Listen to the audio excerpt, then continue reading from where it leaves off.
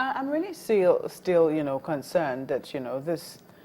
Are you scared that this is going to wipe off, will I say, what your party's campaign inroads, if you give any credit whatsoever to the president? Do you think that would affect your party, or your party's chances adversely? No, Mokwe, look, sorry, you getting it totally mixed up. No, I mean, we have given credit to the president in time past when he truly did the right thing. Let me give you two examples. When the issue of the South African, deportation of Nigerians on the issue of this yellow card stuff came about, the handling of it was commendable. And we give credit. I mean, as CPC, National Publicity Secretary, and CPC is one of the constituents. That is one example. What's the second one? We don't have a lot of time. Then the second one, I mean, you talk about the Ebola, epidemic. That is, of course, the handling of it. The president, through his Minister of Health, being able to galvanize all the other states involved and, ensuring that that epidemic was wiped out was commendable. But on this and one, we've commended the president. But on that. This count, but on this count, look, let me tell you something. I used the word that that the president's attitude. You think that everybody else beneath him deserves the praise, yeah, but not him. The president did not lead the armed forces well on that score. That's the truth. We cannot run it. We cannot appropriate and reprobate. We cannot say something is right when it is not. I still don't understand how it is that people would say that, Sunrise Daily team, you've done well, and yet, will say that the person who, chairs this station hasn't done well. See, it doesn't quite work. No, out. that's not. Or the person who leads. Wait, you know what? You see, now you are getting it. You are getting it mixed up. You know where you are getting it mixed up? Let me explain to you.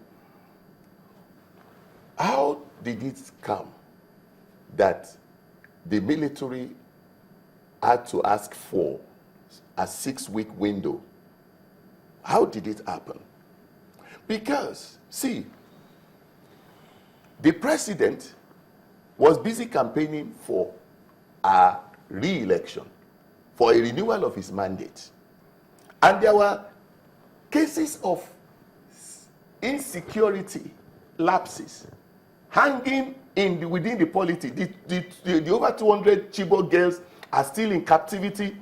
A part of the polity, about 3 states, are under the suzerainty of an insurgent group.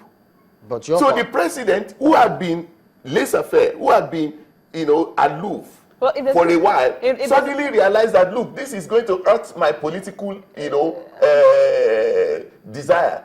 So he is now putting his might on the military, that please push it hard, capture Sechekarawa alive for me. Is that please capture him alive for me now. How plausible? You understand me? That's what we are seeing. How plausible is that, considering, even the evidence on the ground, the fact that they had been expecting equipment, some of them arrived just before that time, and some of them are still arriving. Equipment? Yes, equipment. For 4 years, for 5 years.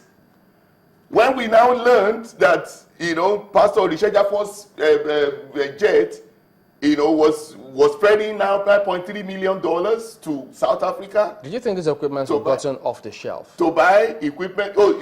You don't buy their arguments that it's not off the shelf. So you now have to ferry $9.3 billion about the equipment arriving. What is wrong with money transfer? About the equipment arriving. You say 4 years, as though it's not tenable. So you don't subscribe to what they say that, look, it's not off the shelf. It takes a while. To it. You don't. It is a piece of bunkum. Okay, but about if my father, who is now in the grave, had that I decided to subscribe to it, he would tell me that you wasted my money. that I spent on your education. You just mentioned those local governments that were under the control of the insurgents at the time, but your party wanted elections to go on, and so some people took it as though it didn't matter. Go on with the elections. Look, INEC is the institution empowered by our Constitution to organize, to conduct elections within the nation space. That is the truth on ground. Now, if INEC came, the same INEC, under the same chairman that conducted the 2011 election, that brought this president to power,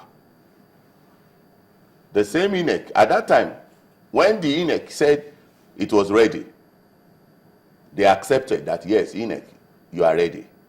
The same INEC came around, told us that I'm ready. And they had, for those states with issues of insurgency and insecurity, they had made their contingency plans with the IDPs, No, but the same INEC says we've got a report from the ONSA saying there's a security situation, and the same INEC says we cannot gloss over it. And so when the same INEC announced that shift, your party said they had been arm twisted. But do you know that earlier in the month, in February, the same security apparatus in the nation had also told INEC that we are ready to support you. All right, we'll have to wrap up. Tell us, because there's this other matter, federalism. What's your party's idea about true federalism? What would you do differently if you win the elections? Of course, devolution of powers has always been one of the cardinal beliefs of my party. And fiscal federalism.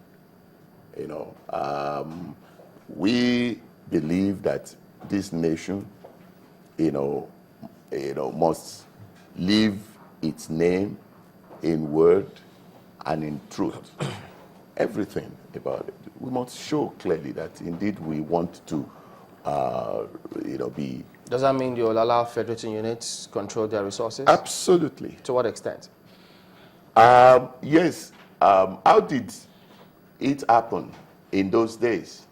That Chief Obafemi Awolowo could develop the West so well. How did it happen that Sir Ahmadu Bello could develop the North so well with the granite pyramids? Those resources are still present. With cocoa money, Chief Obafemi Awolowo, spent about 80% of his budget on capital expenditure. So we can go back to those glorious days. All right, Mr. Rotimi Fasakin is a member of the APC. We've been speaking about security and then looking at what they will do differently if they assume office. Thank you very much indeed for coming on this morning. Thank you, my brother. Thank you. All right, let's flip over for another look at the headline news with Ann Wilder.